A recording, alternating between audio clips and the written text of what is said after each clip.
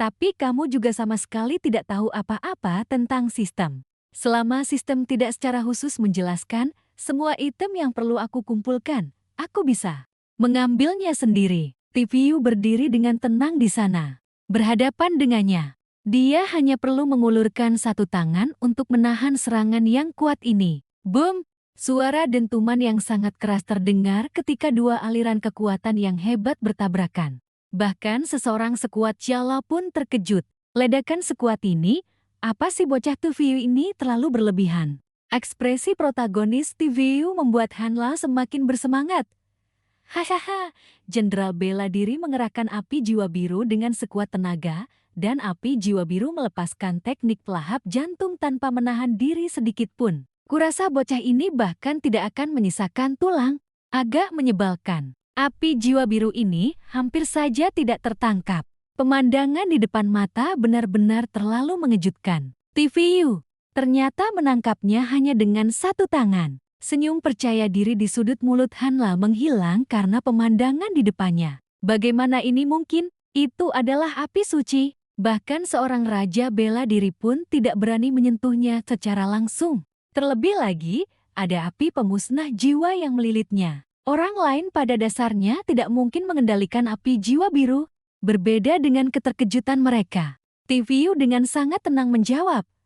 Oh, jadi begitu. Sistem segera mengingatkan. Satu gugusan api jiwa biru berhasil ditangkap, memulai pemisahan fragmen jiwa lain yang melilitnya. Pemisahan selesai. Misi kali ini selesai. Hadiah dorongan sekali. Semoga klien terus gigih berusaha. Kalau begitu, hanya bisa begini. Setelah mengatakan itu, TVU meremas api suci, seperti meremas balon, sesederhana itu. Sampai tahap ini, mata Hanla sudah terbelalak kaget. Yang lain juga merasa sama terkejutnya. Hanya dengan satu tangan dia meremas api suci hingga hancur. Raja Agung Ti memang bukan manusia biasa. Karena api suci diremas hancur, tubuh Hanla secara alami terluka. Jiwa yang melilitnya menghilang begitu saja. Kenapa aku baru mewarisi api suci ini belum sampai satu dupa? Kembalikan, kembalikan padaku, kembalikan padaku. Dia memanggil pedangnya dengan muram. Mengendalikan pedang dari jarak jauh, bisakah seorang jenderal bela diri melakukannya sampai sejauh ini? Jurus api 3000 gua, kembalikan api suci padaku. Dia dengan gila-gilaan bergegas menuju TVU. Sementara TVU hanya punya satu pemikiran tentang situasi yang keras kepala ini, jurus berbasis api lagi. Orang ini sepertinya sangat menyukai api. Kembalikan padaku, kembalikan padaku, kembalikan padamu, kembalikan padamu.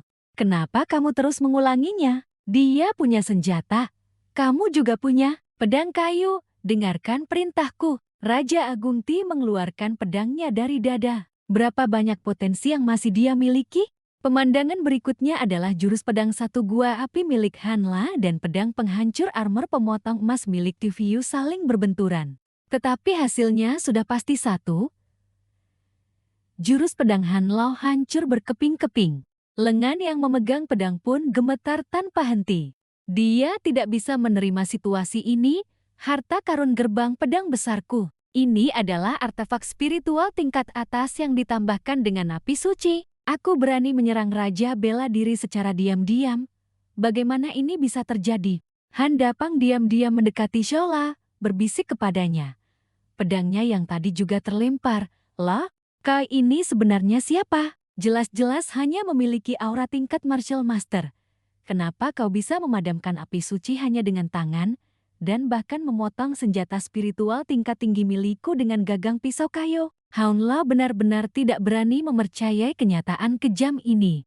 Dia sudah bertanya, jadi sebaiknya kau menjawabnya. Gunung Raja Agung, Raja Agung Gunung TVU. Maaf sekali, di Gunung Raja Agung, aku tidak terkalahkan. Aku akan bertarung mati-matian denganmu.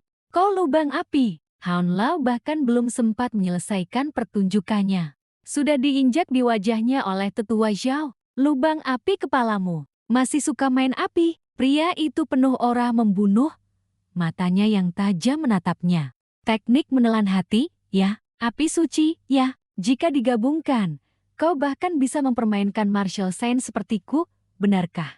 Kata-kata ini membuat suara Haunla mulai bergetar. Tunggu sebentar, aku tadi salah bicara, salah bicara, salah bicara. Ketua Zhao dengan marah berkata, aku, seorang martial saint, akan membunuhmu, menelan kepalamu. Coba telan aku sekarang. Kau punya teknik pelatihan fisik, ya. Kau tahan pukulan, ya. Ketua Zhao terus memukul dan menendangnya dengan gila-gilaan untuk melampiaskan kemarahannya. TVU di belakang hanya bisa melihat dengan pasrah. Orang tua ini benar-benar mudah marah. Tolong aku, Raja Agung Ti. Nalan Fanyan memanggilnya dengan suara lembut dari belakang. Sang protagonis TVU pada dasarnya tidak berniat menghentikan tetua Zhao, hanya mengingatkannya untuk menyisakan nyawa pria itu. Jangan bunuh dia, ampuni nyawanya. Ciu Huo Huo, sang tubuh utama berkata dengan kesakitan. Tapi tetua Zhao tentu saja tidak berniat melepaskannya. Itu dia yang sialan. Lihat apa kau lihat? Jangan, jangan, jangan. Tetua, Haunla sudah pingsan. Jangan pukul lagi. Sekarang aku adalah Tiu Huo Huo. Tiu Huo Huo. Tiu Huo Huo berkata dengan wajah babak belur. Benar, ini aku tidak pernah. Itu semua ulah Haunla. Memang kenapa? Apa menurutmu aku tidak bisa mengenali dirimu? Kata-kata itu berhasil dibalas dengan senyum aneh pria itu, disertai suara biuk-biuk yang terdengar tanpa henti, terus menyebabkan kerusakan. Yang lain yang berdiri di samping hanya bisa berkata pada Fanyan, Fanyan, bagaimana kalau kau mengambil seember mata air spiritual tingkat 3 ke sini? Biarkan aku bawa dia ke kamar, sepertinya kita hanya bisa menunggu sampai tetua Zhao mereda. Sungguh, aku adalah Tiu Huo Huo, dengarkan aku. Setelah penampilan TVU barusan, kakek Fanyan juga memiliki pandangan berbeda tentang tempat ini. Seberapa menakutkan sebenarnya kekuatan Gunung Raja Agung ini? Baiklah, kita bicara di sini. Setelah itu, percakapan rahasia pun terjadi. Fanyan pergi untuk menghibur keluarganya. Setelah itu, kita bicara di sini. Mereka tidak akan mendengarnya, si Haunla itu. Atau Tiu Huo Huo, perdebatan hanyalah perdebatan. Dia juga hanya buang-buang energi. Sudah menjadi tahanan, untuk apa lagi dia berteriak-teriak? Sebenarnya ada apa antara dia dan Tiu Huo Huo? Di Gunung Raja Agung, hanya kamu yang paling tahu. Ceritakan sedikit gosip itu padaku. Bai Xiaolong menjawab, awalnya ini adalah urusan mereka berdua, aku tidak boleh menceritakannya. Jika aku tidak cerita, Raja Agung akan. Sikap ragu-ragu Bai Xiaolong benar-benar membuat TVU ingin memukulnya. Jangan bertel-tel lagi, cepat, Xiaolong. Jeti.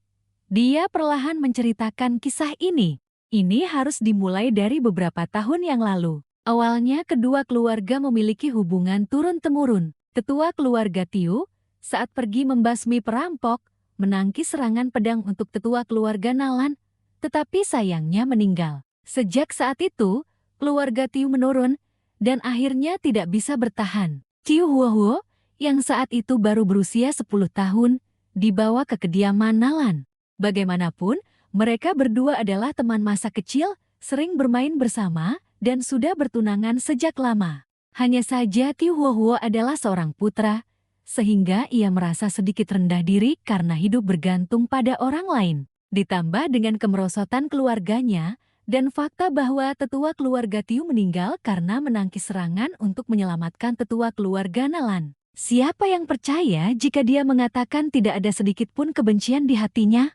Selain itu, Tiu Huo Huo saat itu memiliki kepribadian yang sangat aneh, selalu merasa bahwa kami memandang rendah dirinya, jadi dia tidak bermain dengan kami. Meskipun aku adalah seorang putra, orang kaya baru memang sedikit memandang rendah dirinya, tetapi tidak sampai memanfaatkan kesulitannya. Dengan siapa anak ini datang ke sini? Setelah ini, tempat ini akan menjadi rumahmu, Huo Huo. TVU yang mendengarnya sampai di sini, bisa membayangkan seperti apa adegan saat itu. Ia pun mengingatkan Xiaolong, kita bicarakan hal ini nanti. Bai Xiaolong melanjutkan, tapi kakak Fanyan selalu memperlakukannya dengan sama, hanya saja kebaikannya agak berlebihan. Saat itu, kakak Fanyan memiliki berat 50 kg, dan dia menerjang ke arahnya. Huo Huo, Tiu Huo Huo saat itu punya. TVU masih kekurangan gizi. Pada hari pertama dia datang, dia muntah, dan bahkan sebelum masuk ke pintu, kakinya sudah dipatahkan oleh Fan Yen. Ah, kakiku! Informasi ini membuat TVU sangat terkejut. Ya ampun, sungguh konyol. Fan Yen memiliki tubuh yang begitu indah. Bagaimana mungkin dia berusia 10 tahun dan beratnya sudah 50 kilogram? Khawatir sang protagonis tidak mempercayai perkataannya, Xiaolong bahkan sengaja melakukan gerakan untuk mengilustrasikannya. Aku tidak bercanda. Keluarga dia semua bermain golok besar. Sejak kecil dia dilatih dengan sangat liar. Kalau tidak, bagaimana dia bisa bermain? Tahun lalu, dia bahkan bisa mencubit gumpalan lemak sebesar ini. Dia baru menurunkan berat badan setelah keluarga kami mengalami masalah baru. Kakak perempuanku sering membawaku bermain ke rumahnya. Mana mungkin aku tidak tahu. Sepertinya kamu sedang membicarakan keburukan Fan Yen di belakangnya. Kalau dia dengar, kamu bisa dipukul sampai mati. TVU dengan ramah mengingatkannya. Xiaolong tertawa dan menjawab, Raja Agung, jangan menakutiku. Aku hanya menceritakan sebab dan akibat sesuai permintaan saja. Dia tidak tahu, Nalan Fan Yen entah sejak kapan sudah mendengarkan semua perkataan itu. Saat ini, Haunla tubuh utama yang ada di sana, ikut mendengarkan gosip itu, tidak bisa menahan diri untuk berkata, Aku hanya tidak mengerti, kenapa kau Tihuo masih memiliki perasaan yang begitu dalam untuk Nalan Fan Yen di masa lalu? Kaki patah pada hari pertama masuk ke pintu, ini adalah hal yang sangat memalukan. Kalau aku, cepat atau lambat aku akan membunuhnya. Setelah selesai bicara, dia berhasil membuat dirinya sendiri memuntahkan seteguk darah lagi. Tutup mulutmu, sekarang aku adalah Tihuo. Jangan pukul aku, sungguh. Ini adalah karma yang ditanggungnya di bawah sana. TVU melanjutkan perkataannya kepada Xiaolong. Mai Xiaolong, kamu lanjutkan. Mai Xiaolong juga dengan antusias melanjutkan. Kedua keluarga itu sama-sama mendirikan nama mereka melalui bela diri. Saat itu, Fan Yen sudah menunjukkan bakat yang luar biasa, jurus pertamanya, cincin setengah bulan. Terlebih lagi, keduanya adalah orang yang sama di jalur seni bela diri. Tapi Tihuo sama sekali tidak bisa, sama sekali tidak bisa. Nona muda kita benar-benar hebat. Baru 10 tahun sudah mencapai martial apprentice tingkat 6. Tapi sungguh tidak benar. Tihuo itu sekarang bahkan belum masuk tingkat martial apprentice, masih mau menikahi nona muda kita. Agar pantas untuk Fan Yen, Tihuo juga mulai sengaja belajar bela diri. Aku pasti harus menjadi hebat juga. Aku tidak bisa membiarkan keluarga Tiu kehilangan muka. Untungnya, ibunya meninggalkan cincin sebagai pusaka. Dan di dalamnya ada Haunla yang bisa mengajarinya. Kitab 3 Surga Lubang Api ini juga memiliki kata api. Kata api pasti cocok untukku. Pemandangan ini kebetulan dilihat oleh Fan Yen. Fan Yen bertanya dengan rasa ingin tahu. Oh, kakak Tihuo mendapatkan teknik bela diri ini dari mana? Ya, kalau begitu biarkan aku melihatnya. Tanpa menunggu Tihuo setuju, dia langsung merebut buku di tangannya dan mempelajarinya. 3 Surga Lubang Api. Ini adalah teknik gerakan. Ya ampun, mengkultivasi yang ini benar-benar luar biasa. Kejam. Apakah ini teknik gerakan yang khusus melatih fisik? Tihuo saat itu masih ingin mengambilnya kembali. Dasar bocah nakal. Kenapa kamu belum mengembalikan buku ini padaku? Ini adalah teknik kultivasi yang kuberikan padamu. Kamu harus mematahkan kakimu sendiri 100 kali, itu pasti menyakitkan. Tapi tak peduli, jika itu Yunyan, ini bukan masalah. Lagi pula, kakak Huo berjuang keras untuk berlatih. Aku pasti akan mendukungmu. Menjadi tunanganku, kamu adalah suamiku, kamu harus menjadi kuat. Yunyan menutup buku itu dengan tegas dan berkata dengan serius. Xiao Huo di samping langsung menjawab, sakit seperti itu? Beranikah kamu melakukannya? Mau ku bantu? Kamu benar-benar berani? Huo, aku datang. Saat itulah dia menyadari bahwa dia sepertinya telah tertipu. Tunggu, apa maksudmu mematahkan kaki 100 kali? Belum sempat dia bereaksi, Nalan Yunyan sudah menendang kakinya, lalu seluruh tubuhnya menjerit kesakitan. Sebagai Yunyan yang gila seni bela diri, dia dengan senang hati mematahkan kedua kaki Xiao Huo. Hari itu aku kebetulan datang berkunjung. Protagonis melihatnya dengan jelas dan hanya bisa mengucapkan satu kata. Parah. Lelukan ini hampir membuat protagonis tersedak sampai mati setelah mendengarnya. Mereka terus bercakap-cakap seperti itu, bersahutan satu sama lain, berbincang tanpa menyadari. Yun Yan yang sangat marah mengawasi secara diam-diam dari kejauhan. Tidak mungkin. Xiao Huo, kenapa kamu begitu sengsara? Mau bagaimana lagi, Kak Yun Yan? Mungkin Tu Feiyu telah menyadari bahwa bersikap seperti itu menguntungkannya. Karena bagaimanapun juga, wanita itu adalah penggila seni bela diri. Lalu bagaimana? Tu Feiyu terus bertanya. Menurut cerita Bai Xiaolong, meskipun Xiao Huo berhasil berkultivasi karena kakinya sering patah, sebenarnya kehidupannya di kediaman Nalan masih terhitung lumayan. Tetapi beberapa tahun yang lalu, ibu kandung Kak Yun Yan meninggal dunia. Yun Yan, Xiao Huo memanggil namanya dengan sedih. Peristiwa kehilangan orang yang dicintai telah mengubah sifat Yun Yan. Xiao Huo, saat ini aku tidak ingin bicara. Sejak saat itu, sifat Kak Yun Yan perlahan menjadi dingin. Setelah itu, bukankah ayah Yun Yan menikahi Lin Ye dari keluarga Lin? Dia adalah ibu tiri Kak Yun Yan. Si pincang itu adalah tunangan Yun Yan. Lin Ye berkata dengan bangga kepada Xiao Huo. Masih menganggap dirinya tuan muda keluarga Xiao. Ini kediaman Nalan. Kami tidak memelihara orang tidak berguna. Bawa dia ke gudang untuk tinggal, dan setiap hari dia bertanggung jawab membelah kayu bakar di halaman. Bawahan itu awalnya ingin membela tuan muda. Tetapi nyonya kedua, Lin Ye berkata, tunangan Nona Yun Yan. Huo, kakinya patah karena sering dipatahkan untuk berkultivasi. Aku adalah nyonya kedua. Saat ini semua pengeluaran di kediaman Nalan menjadi tanggung jawabku. Sebenarnya, teknik kultivasi macam apa yang mengharuskan seseorang mematahkan kedua kakinya agar bisa berlatih?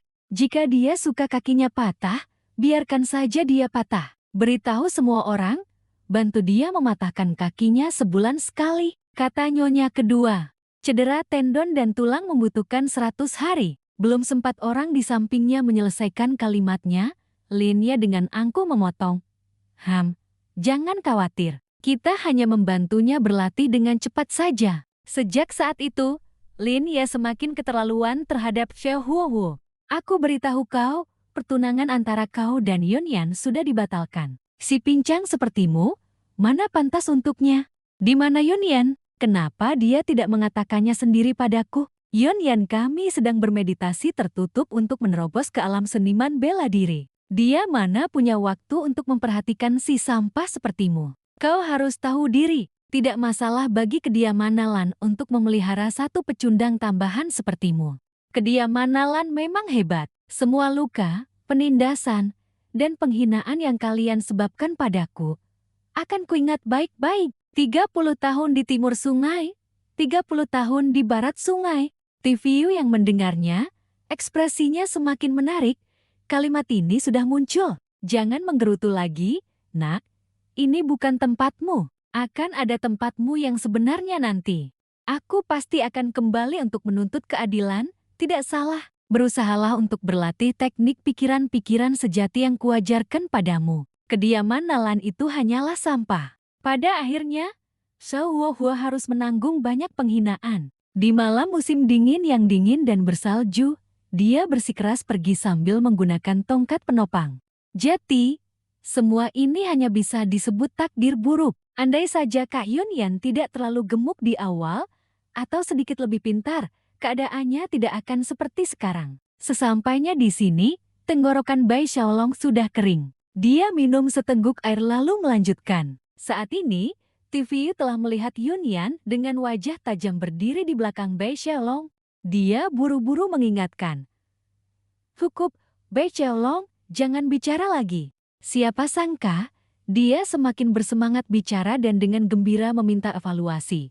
Aku belum selesai bicara, ceritaku bagus, kan? Menanggapi situasi ini, Tu Feiyu hanya bisa tertawa canggung dan menjawab.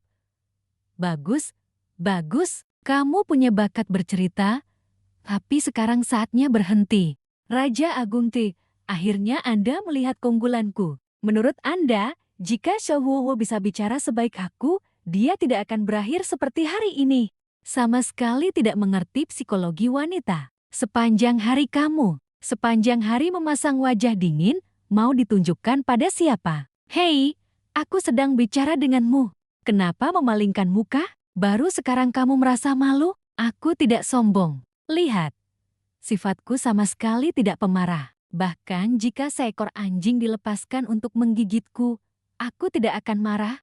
Di mana bakatku kurang? Gigih, tebal muka. Aku pasti akan mengejar kakak senior. Aku pemarah. Aku mau menangkapmu. Hai, jangan bicara lagi. Jangan bicara lagi. Bai Xiaolong awalnya ingin menyelamatkan dirinya, tetapi mungkin sudah terlambat. Kedua gadis di belakang langsung bertindak. Saat ini, Bai Xiaolong baru menjerit minta tolong. Aduh, sejak kapan kalian berdua datang? Raja Agung Ti, tolong, telingaku. Aku salah, jangan. TVU yang berdiri di sana hanya bisa tersenyum pahit. Dia berpikir dalam hati. Ditarik ke hutan oleh dua gadis. Haha, semoga beruntunglah. Sudah ku bilang berhenti tapi masih tidak mendengarkan. Setelah minum mata air rohani, apa kamu bisa bicara sembarangan? Apa kau pikir minum sedikit anggur enak bisa membuatmu terbang ke surga? Kalau begitu, selanjutnya, Xiaohuo atau tetua jiwa, siapa yang akan menceritakan padaku apa yang terjadi setelah itu? Ucapnya lalu perlahan berbalik ke tubuh asli Xiaohuo. Mau aku yang agung memberitahumu? Bermimpilah. Tunggu sampai aku yang agung bisa bergerak. Kau pasti akan mati. Tubuh asli tetua jiwa yang sebenarnya malah cerewet. Lalu bagaimana denganmu? Kapan kau dipukul? Setiap kali dipukul, itu hanya tubuh asli Xiaohuo. Tunggu. Kembalilah. Xiaohuo berkata dengan suara berat kepada TPU. Biar ku ceritakan secara singkat padamu. Setelah meninggalkan kediaman Nalan, aku bahkan dikejar dan dibunuh oleh orang suruhan Linia. Akhirnya aku putus asa. Jadi aku hanya bisa memanjat tebing. Tidak ada yang tahu bahwa di bawah tebing, tidak jauh di ujung sana ada sebuah gua. Di sana, aku menemukan mata air rohani elemen api alami. Karena itu, aku mengambil kesempatan ini untuk berhasil berkultivasi gua api 3000. Aku juga menemukan sebuah gulungan teknik pemurnian tubuh api. Tanpa itu, aku pasti sudah lama mati. Terakhir, aku bahkan menemukan pedang besar artefak spiritual tingkat atas. Bahkan api jiwa biru juga tanpa sengaja aku temukan di jalan. Protagonis mendengar ini dan merasa sangat iri padanya. Benar, kau memang memiliki takdir protagonis. Selamat untukmu, aku benar-benar iri. Beralih ke narasi tetua jiwa. Aku juga tahu tentang apa yang terjadi hari itu di kediaman Nalan. Setelah pergi, aku terus dikejar oleh tuan muda sekta. Lari terus, kau, bakar saja. Aku ingin lihat seberapa banyak energi spiritual yang kau miliki lagi. Akhirnya, aku benar-benar tidak tahan lagi, hampir mati. Mau kekuatan? Nah, kalau begitu biarkan aku membantumu. Begitulah, tetua jiwa mengambil kesempatan untuk mengambil alih tubuh. Selesai sudah. Setelah itu, tetua jiwa mencengkeram tuan muda sekte dan kembali membantai kediaman Nalan. Keluarga Nalan terpaksa naik ke Gunung Raja Agung untuk meminta bantuan. Aku juga ikut untuk menyelamatkan hidupku. Tak disangka, akhirnya aku jatuh ke tangan seorang seniman bela diri sepertimu. Namun, jika aku tidak bertindak, anjing itu mungkin sudah membunuhku, lagi pula sudah tidak ada apa-apa lagi. Kau mau memperlakukanku bagaimana? Bunuh saja aku, Xiaohuo berkata tanpa daya. Tetapi TVU sama sekali tidak pernah memikirkan hal itu. Untuk apa membunuhmu? Kau hanya melukai lengan tetua Zhao. Itu pun hanya luka luar. Lagi pula, bukankah dia sudah membalas dendam? Kau juga sudah menghabiskan 1 tong mata air rohani tingkat kedua. Apa itu belum cukup menyedihkan? Kata Xiaohuo atau tetua jiwa. Dipukuli sampai cacat lalu dipaksa minum air. Sungguh menakutkan. Pantas saja dia tidak membunuhku. Ternyata dia ingin aku terus merasakan siksaan semacam itu. Hanya dengan memikirkan pemandangan itu, aku rasanya ingin berteriak. Aku tidak mau melakukannya lagi. Aku mau mati. Bunuh saja aku. Aku tidak mau minum air lagi. Jangan buang-buang tenaga, membunuhku justru lebih menguntungkan bagimu. Bunuh aku. kamu bisa mendapatkan keberuntunganku, semacam takdir surgawi yang konyol itu. Permintaan Anna Xiaohuo membuat tetua jiwa dalam tubuhnya sangat kesal. Anak nakal, jangan bicara omong kosong. Bocah, kamu benar-benar beruntung.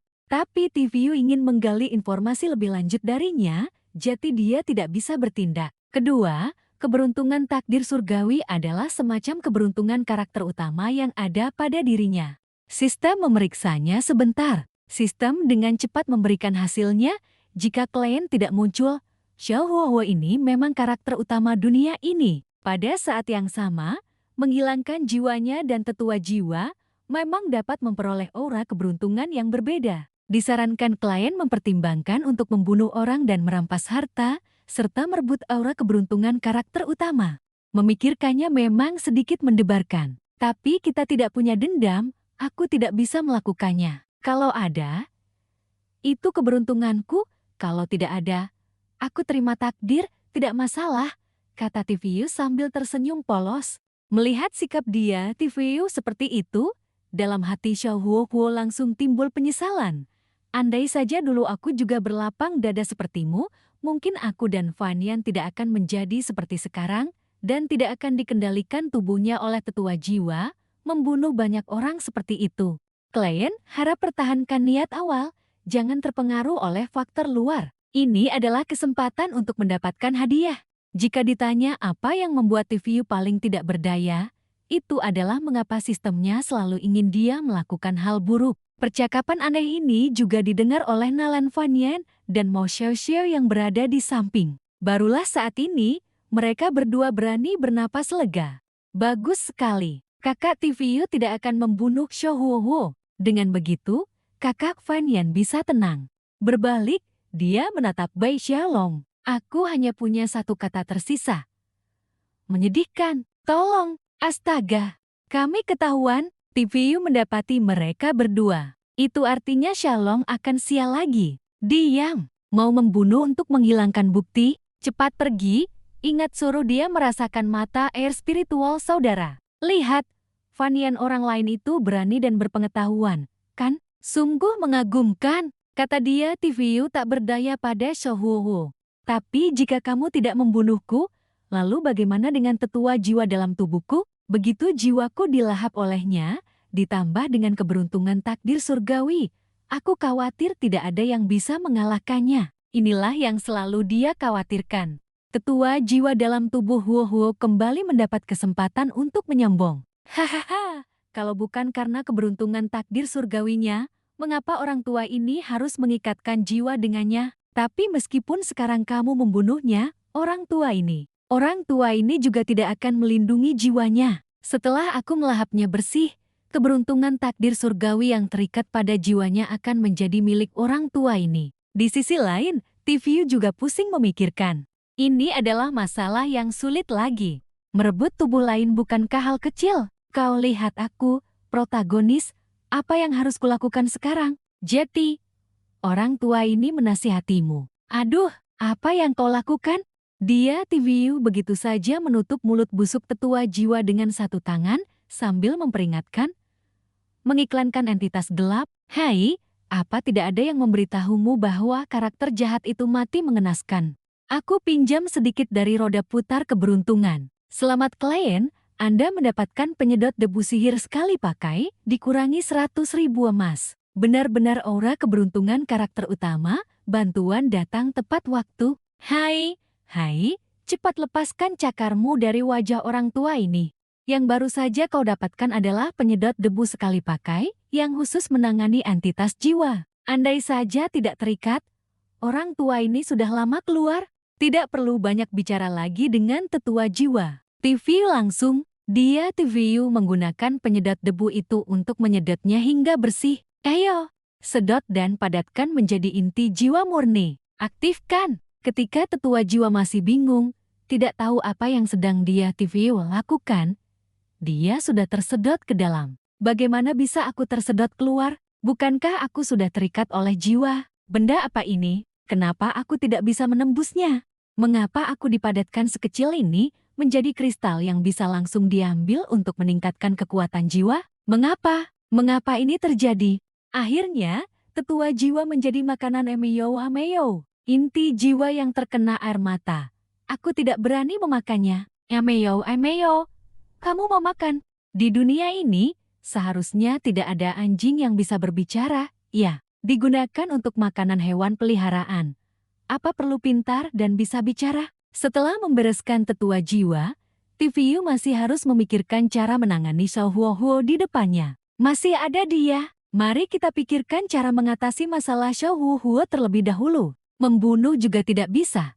Padahal Huohuo, setelah menyaksikan pemandangan barusan dengan mata kepalanya sendiri, hanya ada satu pikiran di benaknya.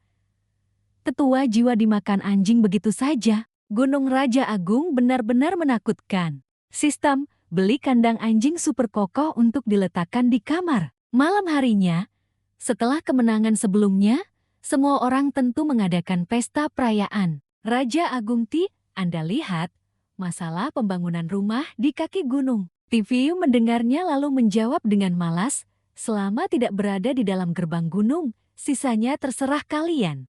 Bagus, bagus, Raja Agung Ti, cawan ini orang tua ini persembahkan untuk Anda. Jika bukan karena Anda, keluarga Nalan kami kali ini tamat sudah. Aduh, Bapak Nalan, Anda terlalu sungkan. Silakan, silakan. Dia menjawab dengan rendah hati, sedangkan soal Fan Yan diam-diam pergi ke tempat penahanan. Begitu Xiao Huohuo melihatnya, dia langsung memanggil dengan nada sedikit gelisah, Nalan Fan Yan, maafkan aku. Aku tidak menyangka akan menyebabkan kerugian separah ini pada keluarga Nalan. Fan Yan tidak langsung menjawab Xiao Huohuo.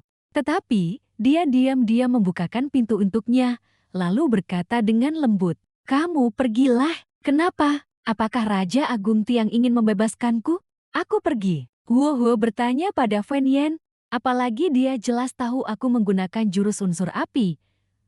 Tapi kenapa hanya mengikatku dengan tali? Terhadap masalah ini, Fan Yan menjawab dengan sedikit ragu, mungkin karena jika kamu ingin melarikan diri, dia akan punya alasan untuk membunuhmu. Namun, dia malah menyuruhku mengantarkan makanan dan kuncinya diletakkan di tempat yang begitu mudah terlihat. Apa dia menyukaiku? Setelah Xiao Huohuo mengatakan kalimat ini, dia juga merasa sedikit aneh, dan ekspresinya menjadi tidak enak dipandang. Kalimatnya itu berhasil membuat Fan Yan marah.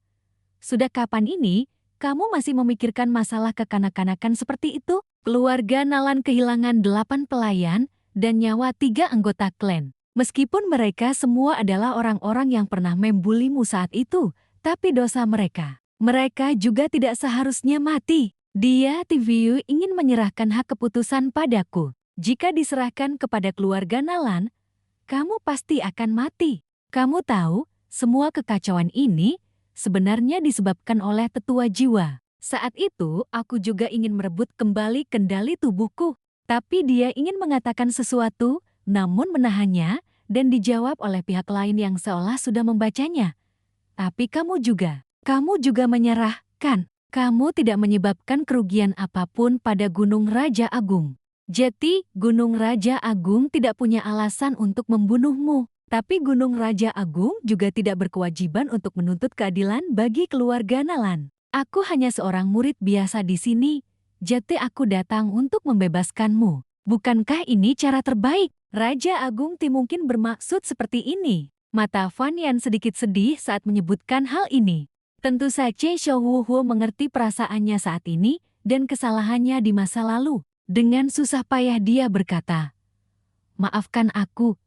Tapi apakah tetua itu akan percaya? Selain itu, tetua jiwa sudah dimakan anjing itu. Selagi para tetua sedang mabuk, kamu cepat pergi. Pergi sejauh mungkin. Kecuali kamu punya kemampuan untuk membuat keluarga Nalan memaafkanmu. Kalau tidak, jangan pernah kembali lagi. Setelah mengatakan itu, Nalan Fan Yan berbalik dan pergi dengan tegas, meninggalkan Huohuo yang terdiam dalam perenungan. Fan Yan, pasti akan ada hari di mana aku menjadi pahlawan tak tertandingi, mengenakan jubah suci lapis emas, menginjak api suci 7 warna untuk menikahimu. Tunggu aku. Mereka berdua awalnya punya banyak hal untuk dikatakan, tetapi semua berubah karena keadaan. Kakak Huohuo, kamu harus ingat, kamu masih berutang banyak nyawa pada keluarga kami. Orang sepertimu pasti tidak boleh mati. Pemandangan perpisahan kedua orang ini disaksikan sepenuhnya oleh sekelompok orang yang mengintip. Raja Agung Ti, Anda memanggil kami untuk menonton ini? Cukup menarik. Anda memberikan kunci kepada kakak Fan Yan. Apakah itu berarti Anda ingin kakak Fan Yan membebaskan Xiaohuo? Ya ampun, pasangan kekasih ini. Sungguh, Xiaohuo tidak mungkin menghadapi Fan Yan. Kalau dia tetap tinggal hanya akan menambah masalah bagi semua orang. Orang-orang di sekitar menyayangkan pasangan yang malang ini. Sementara TVU di satu sisi, tak henti-hentinya menggaruk-garuk kepala karena rencananya gagal. Kenapa jadi begini? Aku sudah mengisyaratkan pada Fan Yan agar Xiaohuo tetap tinggal dan bergabung dengan gerbang gunung.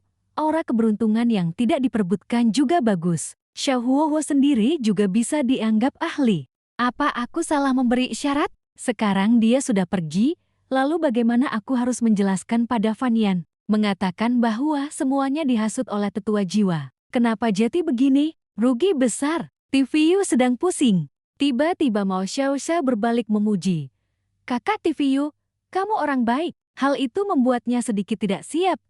Kenapa tiba-tiba memberiku kartu orang baik? Apa maksudnya? Kemudian Bai Xiaolong yang usil menambahkan, Raja Agung Ti masih berpura-pura. Bukankah Anda tertarik pada kakak Fan Yan? Membiarkannya melepaskan sendiri orang yang pernah dicintainya? Sungguh berwibawa. Drama klis ini benar-benar membuatnya. Fan Yan mati kutu. Tak perlu dikatakan lagi. Xiaolong. Memang bencana datang dari mulut. Bai Xiaolong, otakmu penuh dengan pikiran yang tidak masuk akal. Fan Yan di bawah mendengar keributan mereka, hanya bisa menghela napas dan berpikir. Bai Xiaolong dipukuli lagi, atau Raja Agung yang bertindak sendiri? Siapa aku? Dari mana aku datang? Kemana aku akan pergi? Kenapa hari ini aku dipukuli? Apa sebenarnya salahku?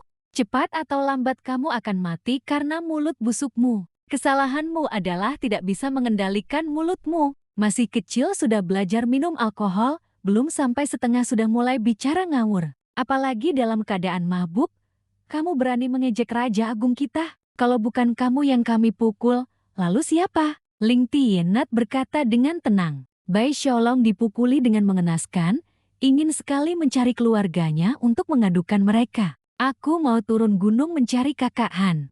Dai Bang sebenarnya tidak ingin ikut campur urusan mereka, hanya sedikit curiga.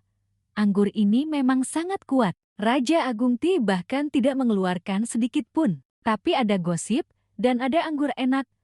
Kenapa tetua Jia tidak terlihat? Ya, di sisi lain, TVU juga kelelahan dan kembali ke kamar untuk beristirahat. Benar-benar sekelompok orang tua abadi.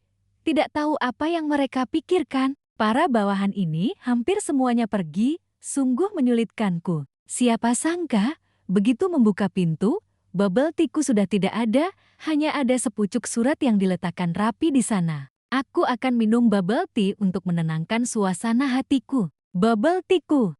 Dan yang melakukan tindakan ini tidak lain adalah tetua Xiao. Bocah TVU, aku pergi sekarang. Meskipun aku tahu bahwa kekuatanmu masih sangat rendah, tapi ada saudara-saudara yang menjaga Gunung Raja Agung, jadi aku bisa tenang.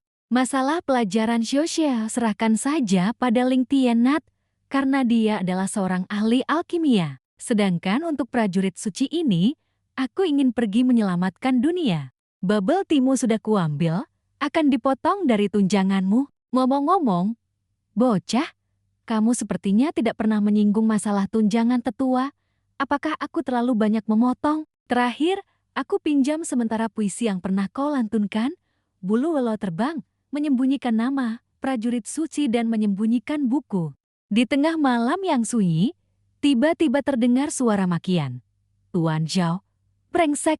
Nalan Fan Yan di sisi ini terkejut. Sepertinya aku baru saja mendengar kabar yang sangat menakutkan. Di hari yang biasa saja ini, Nalan Fan Yan terus menjelaskan kepada kakeknya mengenai Tiu Han. Cucu perempuan ini sudah menjelaskan dengan jelas kepada kakek bahwa semua masalah itu disebabkan oleh roh tua, tidak ada hubungannya dengan Tiu Han.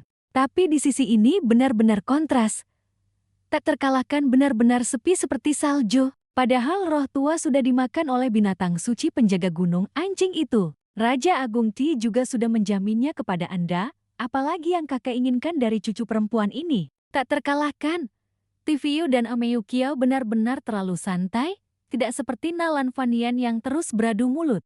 Tapi itu bukan alasan bagimu untuk melepaskannya begitu saja. Para korban di keluarga kita ribut-ribut, menuntut Tiu Haha harus membayar nyawa dengan nyawa. Bukankah masalah ini mereka sendiri yang mencari? Gunung Raja Agung bukanlah kantor Yamen, dan kantor Yamen tidak berkewajiban untuk membalas dendam bagi kita. Sekarang mereka datang mencariku dan meminta orangnya. Ketika menjadi kepala regu dulu, kenapa tidak memikirkan apakah itu akan mendatangkan bencana bagi Gunung Raja Agung? Berani sekali kamu bicara seperti itu padaku. Hah? Bagaimana dengan ruangnya? Situasi saat ini adalah setiap orang harus mengurus dirinya sendiri. Paman guru senior menggunakan kekuatan spiritual untuk merasakan situasi di dalam kuali seperti ini. Karena kita tidak memiliki kuali pil sekarang, kita akan menggunakan kuali tanah ini untuk latihan terlebih dahulu, tapi rasanya sangat aneh. Dengan begini aku tidak bisa memfokuskan pikiran. Di Gunung Raja Agung, memiliki golok kayu berarti tak ada yang merugikan. Anak muda ini akhir-akhir ini banyak kemajuan. Dia juga hampir menjadi pendekar bela diri. Tentu saja, kalau aku tidak berusaha, bagaimana aku bisa mengejar Tiu-Tiu? Kalau begitu, kamu hanya bermimpi. Kakak Tiu-Tiu sebentar lagi akan menjadi ahli bela diri. Tiu sedang menikmati pemandian air panas dengan santai, ditemani oleh Ameyukiao si penjaga gunung. Dia tersenyum, merasa dirinya benar-benar seperti pemalas. Tanpa tujuan, hidup ini benar-benar membosankan. Sebelum datang ke keluarga Vio, aku selalu menghadapi masalah. Entah itu bekerja sama untuk merusak pasar padi roh dan buah roh, entah itu mengundangku minum arak bunga hanya demi tujuan itu, sekalian membalas dendam untuk keluargaku. Walaupun aku tidak tahu detailnya, sekarang di keluarga Vio hanya tersisa aku. Akhirnya aku bisa menjadi tuan rumah. Aku benar-benar berterima kasih pada Gunung Raja Agung. Dia belum sempat membalas dendam. Dikira aku bodoh apa mau berhadapan dengan Gunung Raja Agung? Siapa yang mau pergi? Kalau tidak pergi ya pergi ke keluarga Vio. Aku tidak mau pergi. Aku ingin hidup damai. Ingin mendalami dan mengembangkan plot lebih jauh pun tidak ada kesempatan. Sudahlah, sebuah pikiran tiba-tiba terlintas di benak Vio. Aku hanya bisa bermain putaran hadiah saja. Hadiah poin sistem. Ditambah 1 kali yang sudah terpakai di awal bulan ini. Sistem segera melaksanakan perintah protagonis. Mengumpulkan 10 api jiwa akan menghadiahkan 1 kali putaran hadiah. Terus mengejar tujuan awal, tidak membunuh orang dan merampas harta karena keserakahan aura keberuntungan, menghadiahkan 1 kali putaran hadiah.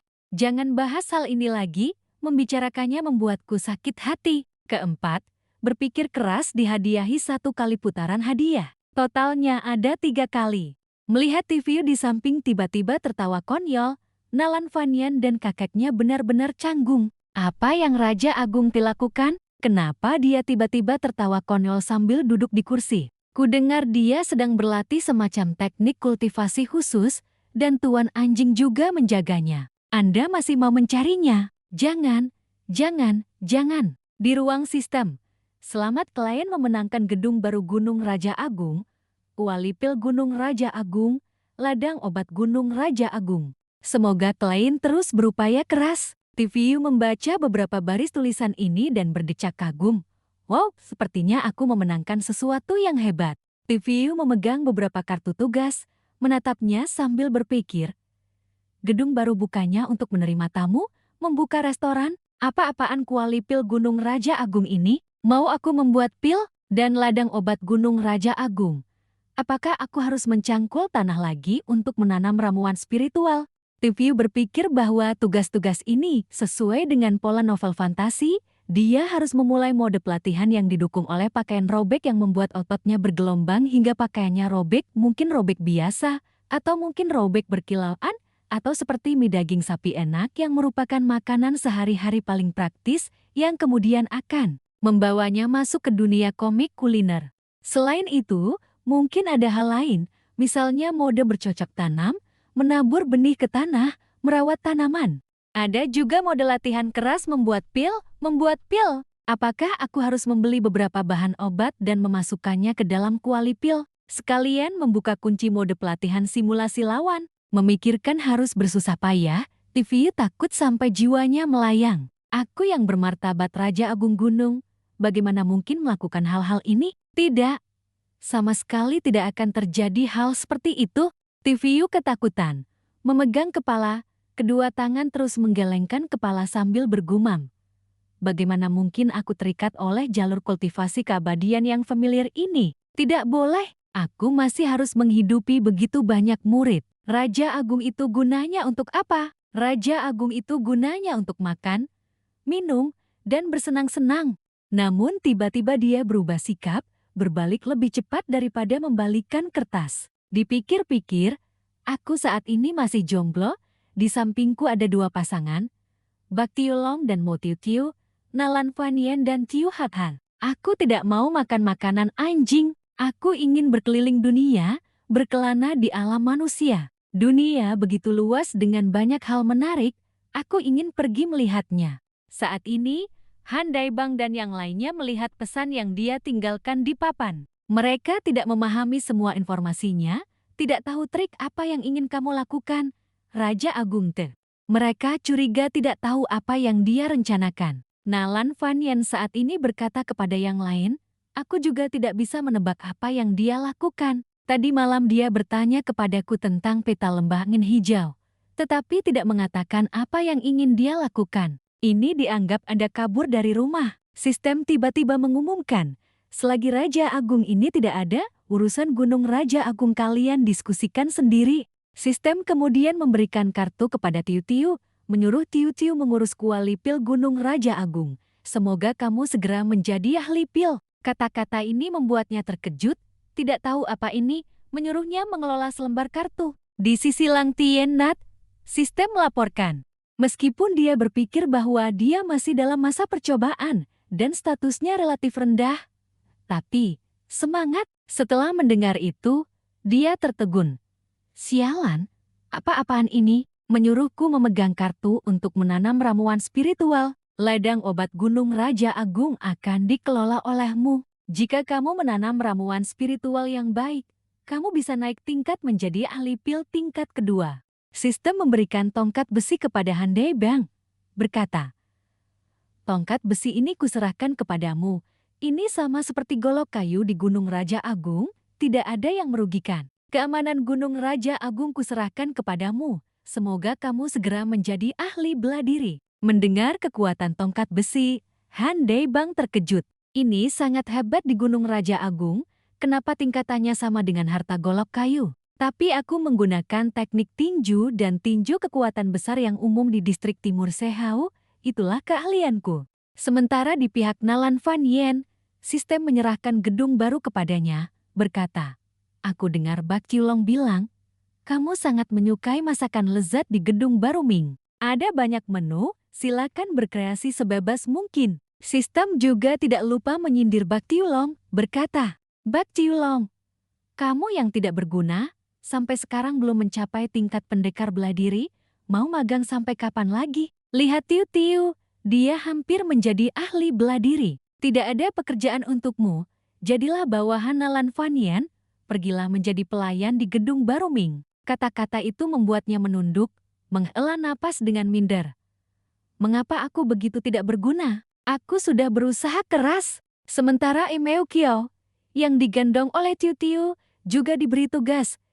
Ketika Han Daibang dan yang lainnya tidak bisa mengatasinya, dia harus turun tangan membantu. Imeu Kiao segera mengangkat kepala melihat pemberitahuan itu, menggonggong sebagai tanda menerima perintah. Sistem juga berkata kepada mereka, kartu ini sangat penting. Kartu ini adalah guru kalian, sekaligus leluhur guru kalian, terbentuk dari kondensasi kekuatan sihir. Pergilah ke tempat yang sesuai, ucapkan satu kalimat, murid mematuhi perintah leluhur guru, menyambut mukjizat leluhur guru, dan itu sudah cukup. Semua orang menerima tugas tetapi tidak mengerti apa-apa. Bak Tiulong pun, Lang Tien Nat memegang kartu di tangannya dengan curiga, merasa itu tidak dapat dipercaya. Ahli tingkat dewa terdengar sangat aneh, dan di benua besar juga hanya pernah didengar, tidak pernah bertemu. Mungkin Shala, leluhur guru mereka, juga tertipu. tidak mau memikirkannya lagi. Lang Tiannat buru-buru membuka formasi, melihat mukjizat apa sebenarnya ini. Dia juga sempat berpikir apakah dia juga bisa menyebut dirinya leluhur guru tertinggi. Kemudian dia melafalkan mantra pembuka. Murid mematuhi perintah leluhur guru, menyambut mukjizat leluhur guru. Seketika, kotak-kotak yang terbagi rata muncul di bawah kakinya. Hal itu membuatnya melompat, berteriak keras. Ini menciptakan dari kehampaan. Ahli tingkat dewa. Bibit ramuan spiritual tumbuh, lalu juga diberikan pot bunga, dan ada awan yang terbang untuk menyirami, yang disebut awan obat. Ini seharusnya hanya dimiliki oleh ladang obat tingkat puncak. Ini seperti diberikan gratis. Sungguh sulit dipercaya. Hadiah yang begitu besar. Leluhur guru tertinggi benar-benar murah hati. Seorang ahli tingkat puncak, benar-benar tertinggi. Keinginan hatiku selama bertahun-tahun. Aku ingin mati. Aku benar-benar ingin mati. Lang Tiannat bersujud ke tanah. Dia bersujud ke segala arah. Leluhur guru tertinggi. Hamba tidak sengaja. Mulai sekarang Anda adalah leluhur guru tertinggi hamba. Hamba pantas mati. Mohon Tuan Yang Agung berbelas kasih dan memaafkan. Ampuni hamba. Hamba pasti akan berbakti dan mengabdikan diri untuk Gunung Raja Agung. Tiu-Tiu melihatnya terlalu bersemangat. Senyum canggung muncul di wajahnya. Dia berpikir dalam hati bahwa Lang Tiannat terlalu berlebihan. Sementara di sampingnya, ada juga orang yang sangat gembira, yaitu Handai Bang. Kedua matanya bersinar, membelai tongkat besi itu. Harta karun, aku sangat menyukaimu. Tapi dari mana teknik tongkatnya? Sampai di sini, dia melihat tongkat besi itu dan tiba-tiba teringat. Benar, dulu di depan Tuan Zhao, aku juga sudah melihatnya selama sehari. Apa jurus pertamanya? Dengan begitu, sambil mengenang, dia mempraktikkan jurus di tempat. Jurus pertama dari teknik tongkat pemukul anjing, Haye Enjing Tanah, cepat menyerah. Ameyukia melihat itu langsung marah, mengejar dan menggigit Handai Bing. Guguk, anjing, maksudmu aku? Salah, ampuni aku. Tiu-Tiu di samping melihat dua orang dan satu anjing saling kejar, tidak bisa berkata-kata. Saat ini, dia baru mengeluarkan kartu miliknya, melafalkan. Murid mematuhi perintah leluhur guru, menyambut mukjizat leluhur guru. Begitu selesai, suara keras terdengar di depan Tiu-Tiu. Sebuah benda yang sangat besar muncul dari tanah, ternyata adalah kuali pil. Di atasnya, api langit yang membumbung tinggi terus berkobar. Tiu-Tiu melompat kegirangan, bersorak, "Haha, inilah kuali pil Gunung Raja Agung." Pada saat yang sama, Lang Tiannat, setelah selesai menanam ramuan spiritual, berdiri di depan ladang ramuan spiritual sambil mengepalkan tangan, wajahnya menunjukkan kemarahan. Aliran energi spiritual, dengan energi spiritual yang menekan orang, jelas menunjukkan bahwa bahkan 10 hari kemudian, itu masih merupakan kuali pil bermutu tinggi. Energi spiritual bahkan secara otomatis membawa sedikit pudar. Dengan kata lain, peralatan awal paman guru senior adalah peralatan milik ahli pil bintang 3. Di sampingnya, Tiu-Tiu memegang api pembuat pil di tangannya, tidak bisa menahan kegembiraannya. Api ini sungguh menyenangkan untuk dimainkan. Di sisi lain, yang lain, Nalan Fanyan juga mulai melaksanakan tugasnya. Gedung baru Ming diciptakan dari kehampaan. Leluhur guru benar-benar tingkat dewa. Hanya Bak Tiulong yang duduk sendirian di semak-semak sudut tembok, dengan sedih menyalahkan dirinya sendiri, "Aku ini tidak berguna." Nalan Fanyan memanggilnya dan berkata, "Tiulong, coba lihat tempat ini, apa sudah bagus?" Dia hanya terlihat cemberut dan menjawab, "Terserah, aku ini tidak berguna." Dan apa yang dibuka oleh Nalan Fanyan adalah gedung baru Ming yang tercipta dari kehampaan. Leluhur guru benar-benar tingkat dewa. Selanjutnya, 3 buku menu muncul. Buku pertama adalah makanan ringan klasik Tiongkok, buku kedua adalah hidangan terlaris jangka panjang, buku ketiga adalah kumpulan lengkap hidangan harian. Semuanya adalah menu yang belum pernah dia dengar. Di dalamnya terdapat dapur dengan seperangkat alat masak yang mengilap tergantung rapi di rak. Bahkan disiapkan juga seragam memasak khusus, meskipun bentuknya agak aneh. Namun Nalan Fanyan sangat menyukainya. Bak Tiulong berkata dengan acuh tak acuh, kamu. Kamu jangan terlalu senang dulu.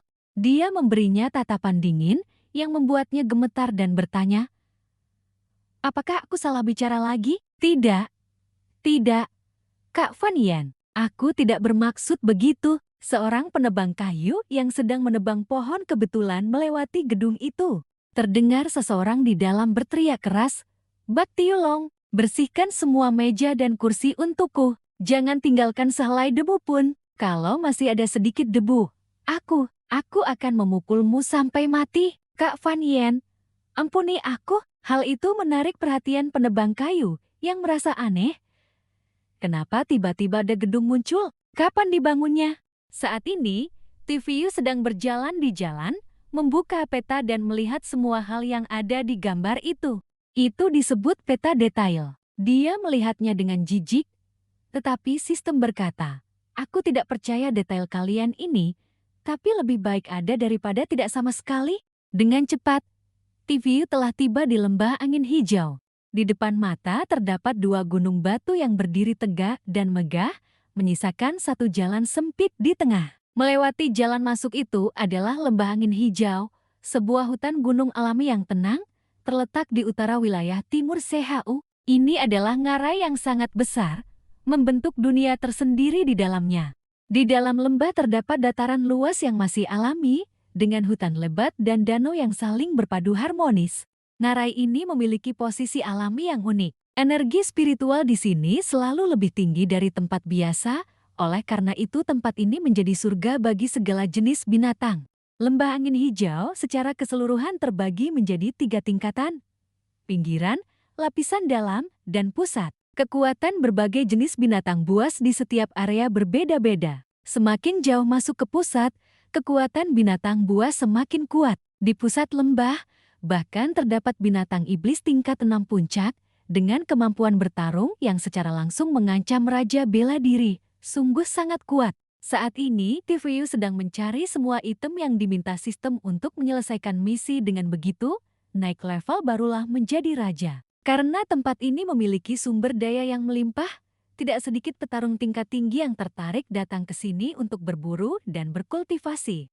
Saat ini, misi kedua dalam perjalanan TVU adalah mengumpulkan 10 benih dan berbagai jenis binatang iblis. Ini adalah kesempatan bagus untuk menyapu bersih area ini. Dia menyemangati dirinya sendiri untuk maju, tetapi semangat yang baru muncul langsung padam. Dia menatap peta di tangannya, wajahnya bingung dan tidak tahu harus berbuat apa. TVU, bagaimana ini? Aku siapa? Aku ada di mana? Aku lagi ngapain?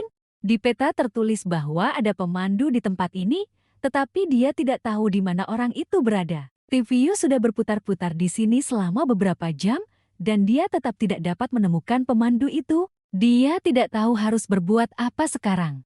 Dia bertanya pada dirinya sendiri. Keadaan ini membuatnya tidak bisa menahan diri untuk meremas peta di tangannya. Kemudian dia melemparnya sembarangan, berkata, "Sudahlah. Setelah ini aku tidak akan percaya lagi pada peta yang digambar Nalan Fan Yen. Masih saja aku melihatnya, sungguh bodoh." Tak disangka, dia melemparnya hingga mengenai sesuatu di semak-semak. Saat ini, TVU benar-benar mencari masalah sendiri. Dia hanya berdiri di tempat, memperhatikan apa benda itu. Tiba-tiba wajah TVU pucat pasi. Bayangan benda itu benar-benar menyelimutinya. Dia harus mengerti, benda ini sepertinya tidak sederhana. Seberapa besarkah sebenarnya itu? Itu adalah seekor makan besar, harimau raksasa, dengan taring panjang mencuat keluar dari rahang bawahnya. Hewan itu langsung menerjang ke arah TVU. Untungnya, dia sempat mengelak sehingga harimau itu menabrak batang pohon di dekatnya. Dari gerakan barusan, terlihat kecepatan harimau raksasa ini sungguh sangat cepat, sungguh berbahaya. TVU bertanya, "Sistem, bagaimana cara menaklukkan binatang spiritual ini? Hanya dengan menyentuhnya saja. Apakah ini anak binatang yang baru lahir?" Sistem segera menjelaskan kepada TVU, sama seperti mengumpulkan 10 tanaman spiritual. Ketika bersentuhan dengan tanaman spiritual, kartu informasi benih akan muncul. Sementara itu, untuk binatang buas, tuan rumah harus menyentuh mengusap dahinya selama 5 detik dan saling menatap selama 20 detik. Dengan begitu, kartu informasi binatang buas tersebut akan otomatis muncul.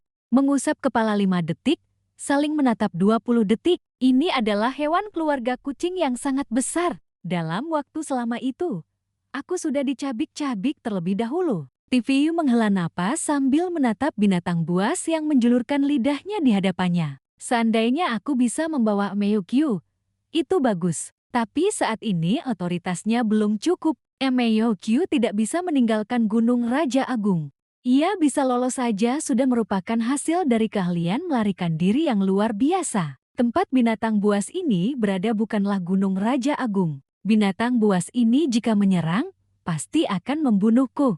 Melihat semangatnya yang goyah, sistem berkata, klien TVU hanya tinggal sedikit lagi menuju guru bela diri tingkat menengah. Berusaha sedikit lagi untuk memanfaatkan kesempatan ini, menyerang pasti akan lebih baik. Sistem menukarnya dengan laban transparan super besar, harus yang tipe super lengket. Sudah ditukar, diskon 50 koin emas. Seketika muncul gulungan laban transparan yang sangat besar, dengan tingkat daya rekat 3,00 kali lipat dari laban biasa. TVU memegang gulungan laban di satu tangan, merobeknya dengan tangan yang lain, matanya menunjukkan senyum licik penuh kemenangan.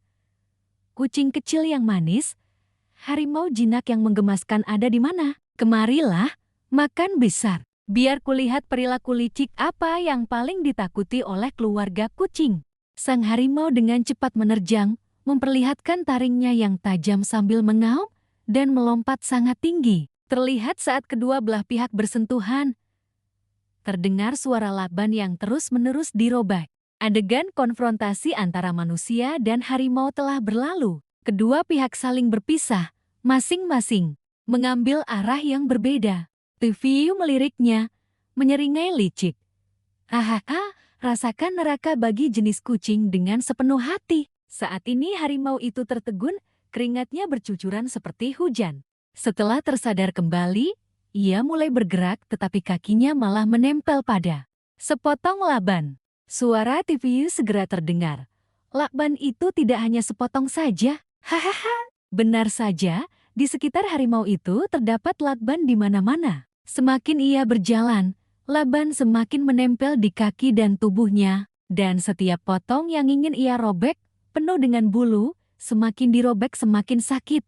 Begitulah, harimau itu ketakutan oleh potongan-potongan lakban ini hingga berlari kocar-kacir. Melihat wujudnya yang panik, TVU semakin bersemangat. Ia berlari mendekat dan terus menempelkan lakban pada tubuhnya. Bukankah kamu suka bermain? Lakbannya masih banyak. Jangan sungkan.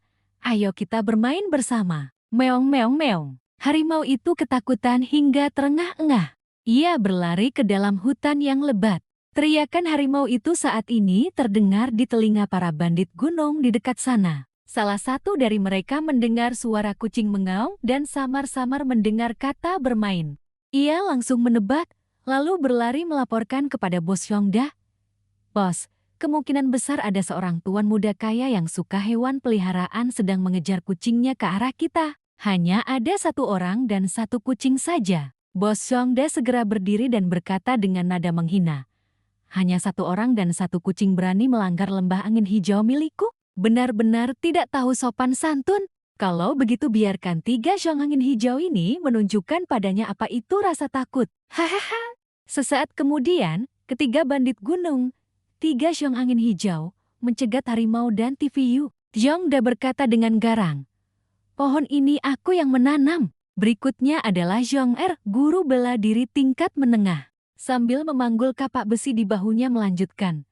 Jalan ini aku yang membuka. Setelah itu adalah Zhong-san, guru bela diri tingkat awal. Senjatanya adalah gada besi dingin ganda. Dia dengan kasar membenturkan kedua gadingnya, menghasilkan suara gemuruh. Jika ingin lewat sini, tinggalkan uang jalan. Mereka berkata sambil berpose. Menunjukkan aura bandit gunung. Siapa sangka, belum beberapa detik berpose, harimau yang panik itu berlari mendekat. Membuat wajah mereka pucat pasi ketakutan. Seberapa besar aura mereka sebelumnya, sekarang mereka menjadi pengecut. Mereka bahkan belum sempat bereaksi ketika harimau itu membanting mereka hingga terlempar ke udara. Setelah berjuang beberapa saat, Mereka kelelahan, terduduk di tanah sambil terengah-engah. Mereka mengeluh, kucing taring hutan binatang iblis tingkat 3, kenapa lari ke area tingkat 2 ini? Sulit untuk ditebak. Saat mereka berbicara, TVU tiba-tiba melesat melewati mereka, berteriak keras. Makan besar, ayo main lagi. Sementara harimau itu gemetar ketakutan, berbaring di samping batu besar, matanya berkaca-kaca. Makan besar, jangan takut, jangan takut. TVU dengan bersemangat mendekatinya, biarkan aku menyentuhmu sekali saja, hanya sekali. Dia sama sekali tidak menyadari 6 mata di belakangnya sedang menatapnya dengan marah. Saat ini, TVU mendekati harimau itu, dengan lembut mengelus kepalanya dan menghiburnya. Membuat ketiga bandit gunung di belakangnya membelalakan mata karena terkejut. Kucing taring hutan yang buas dan menakutkan itu dipermainkan seperti anak kucing. Apa aku masih belum bangun tidur? Ketika TVU mengelus kucing itu 5 kali, sistem segera berbunyi, selamat. Klien telah mengumpulkan kucing taring hutan tingkat 3, kartu informasi telah dibuat. Kekuatan klien bertambah tingkat ketiga. Sesuai dengan syarat kenaikan level. Waktu yang sangat baik menerima hadiah. TVU berkata dengan murah hati kepada harimau itu, makan besar, jadilah anak yang baik. Aku akan membantumu melepaskan laban ini. Pemandangan ini membuat ketiga bersaudara Zhongda, Yong-ar, Zhong-san terkejut hingga terdiam. Oh, dia benar-benar kejam. Sudah begini, dia masih belum membiarkan kucing taring hutan itu pergi. Benda apa yang ada di tangannya itu? Apakah itu senjata dewa? Bagaimana dia bisa membuat kucing taring hutan begitu patuh dan jinak? Desa bunga. Saat ini harimau itu tidak tahan lagi dengan siksaan.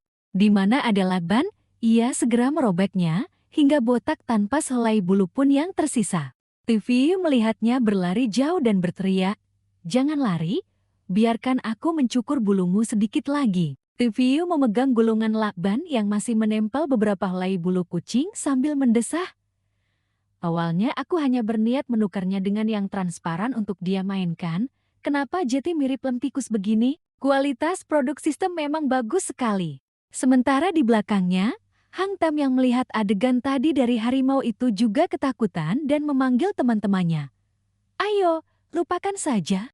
Masalah ini jangan kita urusi lagi. Hang Dai tiba-tiba berbalik dan berkata kepadanya, tunggu, Hang Tiga, benda transparan itu terbang ke kepalamu. Aku bantu melepaskannya. Mendengar itu, TVU buru-buru berbalik untuk mencegahnya, berteriak, tunggu, jangan disobat. Kata-kata itu belum selesai. Hang Dai sudah merobek lakban dari kepala Hang Tam. Bersamaan dengan lakban yang disobek, beberapa helai rambut Hang Tam juga ikut tercabut. Dia kesakitan hingga wajahnya pucat dan berteriak, botak, tinggal beberapa helai rambut sebagai pajangan, sekarang ikut tercabut juga. Hal ini membuat Hang Dai yang berada di sampingnya terkejut. Hang Tam saat ini memegangi kepalanya dan duduk di tanah sambil menangis. Aduh, rambutku, 3 helai rambut terakhirku. Tanpa 3 helai rambut ini, aku masih bisa disebut Hang Tam. Sementara itu, TVU yang melihat Hang Tam hanya melambaikan tangan sambil tertawa canggung, bahkan tidak menunggu orang itu menyelesaikan kalimatnya. Baiklah kalau begitu, kalian lanjutkan saja.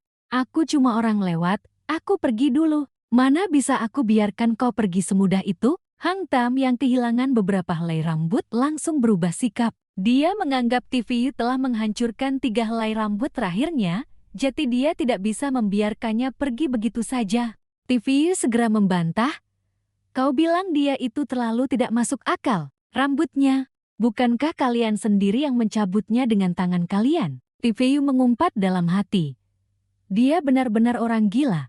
Aku tidak tahu apakah dia punya masalah mental atau mengalami gangguan persepsi. Tapi Hang Tam tidak menganggapnya begitu. Dia berjalan sambil menyeret 2 kapak besi di tangannya ke tanah, meninggalkan 2 jejak panjang. Hang Tam berkata, bukankah itu karena lakban yang kau gunakan untuk merekatkan binatang iblis kucing hutan itu? Kalau lakban itu tidak terbang sembarangan, bagaimana mungkin dia menempel di kepalaku? Kalau tidak menempel di kepalaku, bagaimana mungkin kakak sulungku harus membantuku melepaskannya? Jetty semuanya. Semuanya salahmu. Lagi pula, kenapa aku harus berputar-putar seperti itu? Rambutku rontok lagi. Kenapa Jetty sejelek ini? Kau jelas-jelas masih punya banyak rambut, tapi kau malah membuatku kehilangan 3 helai rambut terakhirku. Siapapun yang mendengar cerita ini pasti mengira aku berhalusinasi, tidak tahu cara introspeksi diri, dan malah iri pada karakter utama. Benar-benar tidak tahu diri. Saat ini, dia menginginkan setiap helai rambut di kepala TVU, ingin TVU menjadi botak seperti dirinya. Karena itu, dia segera mengayunkan kapaknya ke arah TVU. Untungnya TVU bereaksi cepat. Ia sempat menghunus goloknya dan menahan satu pukulan. Setelah benturan tadi, TVU merasa sedikit terkejut. Si botak ini terlihat kurus dan lemah, tapi kekuatannya besar sekali. Jangan-jangan menjadi botak malah membuat semakin kuat. Sementara itu, Hang Tam menyadari bahwa pemuda di depannya ini, meskipun orangnya hanyalah pakar bela diri tahap awal, namun mampu menahan kapaknya. Sepertinya ini akan menjadi sedikit merepotkan. Begitu dia melihat kembali kapaknya, dia terkejut. Hanya dengan sebuah golok pemotong kayu milik TVU, kapak Hanci miliknya bisa dengan mudah hancur dalam satu benturan. Kau tidak tahu diri, kau masih mau merebut golok pemotong kayuku?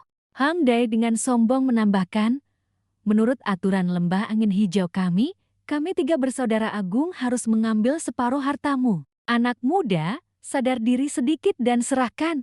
Di dekat situ, Hang Ngi bertanya kepada kedua rekannya dengan bingung, bukankah kita bilang tidak akan mengambil kasus ini? Kenapa sekarang malah? TVU memotong perkataan mereka. Tunggu, kalian mau merampokku? Aku kira kalian cuma orang lewat, tapi kalian benar-benar mau merampokku. Kalian tahu aku ini siapa? Aku ini Raja Agung Gunung. Sejujurnya, kita bisa dibilang rekan kerja. Boleh tidak gratis? Kata-katanya membuat Hang Dai tertawa terbahak-bahak. Raja Agung Gunung apa? Membawa golok tumpul untuk memotong sayuran. Kau menganggap dirimu sangat lucu. Kau tertawa. Lagi pula kau hanya pakar bela diri tahap awal. Selagi kami 3 bersaudara agung lembah angin hijau masih bisa diajak bicara, jangan banyak omong lagi, cepat serahkan barangmu. Merasa diremehkan hanya karena golok ini, TVU segera bertanya kepada sistem. Bisakah aku naik level sekarang? Sistem langsung menjawab, kapan saja bisa. Selanjutnya, seluruh tubuh TVU memancarkan aura kuat, melakukan proses kenaikan level menjadi pakar bela diri tahap menengah. Dia tersenyum dan berkata kepada mereka, lihat, bagaimana menurut kalian? Masih mau merampokku? Melihat TVU yang dapat dengan bebas menekan tingkat kultivasinya, dan juga dapat dengan mudah naik level kapan saja. Dia pasti adalah anak kesayangan surga. Dia bisa mengendalikan binatang iblis kucing hutan tingkat 3, setara dengan pakar bela diri tahap tinggi. Ditambah lagi ia memiliki senjata yang ampuh, poin ini saja sudah sangat sulit untuk dihadapi. Ketiga bandit itu kemudian berbalik untuk berdiskusi, memutuskan untuk menggunakan jurus terkuat mereka untuk menghadapinya. Ketiganya lalu mengambil posisi saling menunggangi bahu, bersatu menjadi satu kesatuan. Hang Ni sebagai kepala, Hang Dai sebagai badan, dan Hang Tam di belakang. Bagian belakang menopang, persiapan selesai. Mereka tidak lupa meneriakkan slogan. 3 bersaudara agung lembah angin hijau, jurus gabungan, tak terkalahkan di dunia. Hal ini membuat TVU ketakutan hingga berkeringat dingin, sementara ketiga bandit itu maju bergulir seperti bulldozer, mengejar TVU yang ketakutan dan melarikan diri. Ah, ada monster! Saat itu hanya terdengar teriakan TVU dari dalam hutan. Ah, ada monster! Ah, ada monster! Tiba-tiba, di tempat TVU dan ketiga bandit itu, aura yang kuat terus meledak, dan sesekali kilatan cahaya muncul di hutan. Suara gemuruh pun terdengar terus-menerus. Beberapa saat kemudian, TVU terlihat terengah-engah duduk di batu besar di dekat situ. Dia buru-buru minum air. Sementara para bandit itu dipukuli habis-habisan hingga wajah mereka bengkak. Ada yang kepalanya bengkak besar, ada yang terbaring telentang. TVU tidak bisa menahan amarah di hatinya. Sambil minum air, dia memarahi mereka. Kalian ini sakit jiwa, ya, punya masalah di otak? Saat ini Hang Dai gemetar dan buru-buru berlutut, bersujud padanya. Memohon, Raja Agung, ampuni nyawa kami. Dengan posisi tubuhnya saat ini, Hang Dae merasa sangat malu, tapi dia tidak bisa bergerak, mulutnya terus memohon ampun. Raja Agung, ampuni nyawa kami. Dia diam-diam melirik golok di tangan Tuviu dan membuat penilaian yang sulit dipercaya. Senjata orang ini benar-benar terlalu tidak normal. Jelas-jelas hanya golok pemotong kayu. Kenapa bisa menghancurkan semua senjata kami menjadi berkeping-keping seperti ini? Kami merampok selama setahun penuh baru cukup uang untuk membeli artefak spiritual kualitas biasa, itu pun tidak mudah didapatkan. Lagi pula, teknik gerak orang ini secepat angin, pada dasarnya tidak bisa ditangkap. Bagaimana mungkin seorang pakar bela diri tahap menengah yang baru naik level bisa menginjak-injak kami seperti ini? Kenapa harus merampok orang lain? Malah merampok Raja Agung Gunung ini. Kami ini 2 orang tahap menengah, 1 orang tahap awal. Artefak spiritual yang dia simpan juga terlalu banyak, tapi auranya jelas hanya pakar bela diri tahap menengah. Kalau benar-benar dirampok oleh kalian, di mana lagi harga diriku sebagai Raja Agung Gunung? Meskipun mengatakannya sedikit memalukan dan merendahkan. Tidak pantas disebut pahlawan, tapi jujur saja, aku tidak bisa dikalahkan. Tuviu setelah beristirahat memulihkan kekuatan fisiknya, berdiri di depan mereka sambil bertanya-tanya, sungguh aku tidak tahu harus berbuat apa. Bagaimana aku harus menghukum kalian bertiga? Ketiga bandit itu gemetar seperti anjing basah, berpikir dalam hati bahwa mereka pasti tidak melihat hari baik sebelum keluar hari ini. Wajah Hang Tam bengkak parah karena pukulan. Hang Tam menghela napas dan berkata, melawan pun tidak bisa, lari pun tidak lolos, rambut di kepala pun sudah tidak ada lagi. Bahkan rambut pun tak tersisa. Mati ya mati. Dia pun memberanikan diri berkata, kalau mau memenggal atau membunuh, terserah padamu. Kepala yang jatuh hanyalah sebuah bekas luka. 8 tahun kemudian, kami para kakek akan menjadi pahlawan lagi. Hang Dae yang mendengarnya hanya bisa terdiam. Aku belum sempat mencegah, Hang Tam sudah selesai bicara. Mereka mengira kali ini tamat sudah riwayat mereka. Namun, Tuviu malah berkata, siapa bilang aku ingin membunuh kalian? Hanya saja aku belum memikirkan bagaimana cara menghukum kalian. Kalau tidak, aku akan berubah jadi perampok juga. Bagaimanapun, sistem juga bilang barang kurian tidak bisa ditukar dengan koin emas, jadi dia malas merampok mereka. Tiba-tiba, terdengar roman harimau dari dekat, membuat Tuviu dan ketiga bandit gunung itu terkejut dan menoleh. Hanya terlihat sekawanan harimau berdiri di tebing dekat situ. Mereka adalah teman-teman dari harimau yang bulunya dicabuti oleh Tuviu menggunakan selotip. Mungkin ia berhasil melarikan diri dan memanggil teman-temannya untuk membalas dendam. Entah apa yang mereka bicarakan. Dalam sekejap mata kawanan harimau itu menerjang gila-gilaan ke arah Tuviu. Sepertinya dari 36 siasat, kabur adalah siasat terbaik. Jurus aneh ini muncul lagi. Dia segera kabur, meninggalkan ketiga bandit gunung itu. Ketiga orang itu kini diliputi rasa takut yang luar biasa. Mereka tidak tahu harus berbuat apa, bahkan tidak punya tenaga untuk bergerak. Apa kita akan mati di sini, atau mati di mulut binatang iblis? Mereka tidak rela berakhir seperti itu. Hang Tiga baru menyadari kesalahannya, dan terus-menerus meminta maaf pada kakak pertama dan kakak kedua. Di sisi lain, Tuviu sedang lari tunggang langgang sekuat tenaga. Namun, perasaan gelisah muncul di hatinya. Mereka itu perampok, mereka perampok yang bahkan ingin merampokku. Hidup atau mati mereka tidak ada hubungannya denganku, ini namanya akibat perbuatan sendiri. Sebagai orang yang suka menegakkan keadilan seperti dirinya, pikiran lain muncul di benaknya. Bagaimanapun, mereka tadi bilang hanya akan mengambil separuh harta, sepertinya masih punya sedikit etika profesi. Tapi, sekalipun etika profesinya tinggi, perampok tetaplah perampok. Siapa tahu mereka membunuh orang atau tidak. Tapi, sekawanan harimau itu datang sepenuhnya karena aku provokasi, mereka hanya terlibat. Sialan. Kalau dipikir-pikir lagi, kalau mereka tidak merampokku, semua ini tidak akan terjadi. Salahkan saja mereka karena serakah. Tidak ada hubungannya denganku. Memikirkan hal ini, langkah kakinya tiba-tiba berhenti, dia tidak lari lagi. Setelah berpikir bolak-balik, bagaimana jika aku benar-benar melihat kematian tapi tidak menolong? Meskipun aku menolong, Aku tidak akan bisa melawan harimau sebanyak itu. Aku tidak mau jadi sok suci.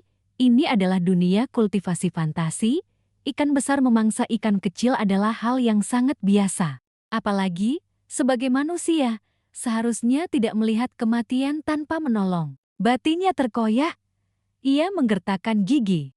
Dia menggertakkan gigi, tidak tahu harus berbuat apa, dan sedetik kemudian, Tiviu memutuskan untuk lari kembali ke arah 3 orang itu untuk menyelamatkan mereka. Saat ini, sekawanan harimau sudah mencapai tempat mereka. Mereka tidak langsung memakan mereka, tetapi malah menginjak kepala mereka terlebih dahulu. Lalu mencium pantat mereka. Kau bukan anjing, kau bukan anjing. Kenapa melihat pantat? Celaka, celaka, kepalaku yang celaka. Tiba-tiba, Tiviu melompat keluar dari semak-semak dengan gagah berani, seperti seorang pahlawan super. Satu tangan memegang parang pemotong kayu. Satu tangan memegang gulungan selotip dengan daya rekat 3,00 kali lipat dari selotip biasa. Dia melayang ke bawah dan menerapkan teknik tebar jaring Raja Langit. Dia memotong selotip menjadi potongan-potongan kecil untuk ditempelkan ke tubuh kawanan harimau. Tidak hanya itu, setelah itu dia memasukkan botol air ke dalam, ke mulut Hang Dai, memintanya untuk cepat minum. Kemudian ke Hang 2 dan Hang ketiga. Karena awalnya terlalu tergesa-gesa, tekniknya sedikit salah. Dia bahkan salah memasukkan botol air ke tangan Hang ketiga. Setelah itu, dia mengikat tali menjadi 3 lingkaran kecil, mengikat ketiga orang itu. Sambil memanfaatkan saat kawanan harimau sibuk menghadapi selotip, dia segera menarik mereka dan lari. Tidak lama kemudian, mereka berhasil melarikan diri dari kawanan harimau. Saat itu, Tiviu terlihat duduk di atas batu besar, tangan memegang botol air, menghitung harta ketiga orang itu. Tapi total mereka punya 50 tael perak kalau dibagi rata. Setiap orang dapat 16 tael 6 koin. Menurut kalender di sini, 2 gulungan selotip bening super besar berukuran 3 meter, harga jual sistem adalah 5 koin emas per gulungan. Tahun ini, 5 Huang Lintai Sui, kekeringan terjadi di mana-mana. Dia melambaikan tangannya dan membuat beberapa gerakan, lalu merentangkan tangan untuk menghitung. Pengeluaran bulan ini, 12 hari cuaca cerah yang sangat cocok untuk tidur larut. Larangan pergi jauh ke dalam hutan. Tali mainan kucing 1 koin emas. Diriku ditambah 3 orang mereka. Total telah menghabiskan 5 botol mata air spiritual tingkat 1. Harga jual sistem adalah 5 koin emas per botol. Setelah perhitungan cermat, Tiviu menunjukkan ekspresi enggan. Menggigit bibirnya, Tiviu berkata, "Aku hari ini belum melakukan apa-apa sudah menghabiskan 126 koin emas." Meskipun baginya itu bukan jumlah uang yang besar, Tiviu tetap merasa sangat sakit hati. Ia mengeluh, semua karena bajingan-bajingan ini benar-benar kerugian besar. Hang Dai segera menyela keluhannya, berkata, "Hai, Tuan Raja Agung, bisakah sedikit lebih lembut saat menyelamatkan kami? Kepala kami sudah pusing sekali." Tiviu yang marah berjalan ke arah mereka dan memarahi, "Masih berani minta yang lembut? Kalau lebih lembut lagi, pantat kalian sudah dicabik-cabik kucing hutan. Sungguh tidak tahu berterima kasih. Sudah diselamatkan masih saja mengeluh. Aku seharusnya tidak berbelas kasihan." Setelah mengatakan ini, dia melirik mereka dengan jijik, berbalik dan pergi. "Aku pergi sekarang, jangan bertemu lagi." Baru berjalan beberapa langkah, dia dipanggil kembali oleh Hang Dai.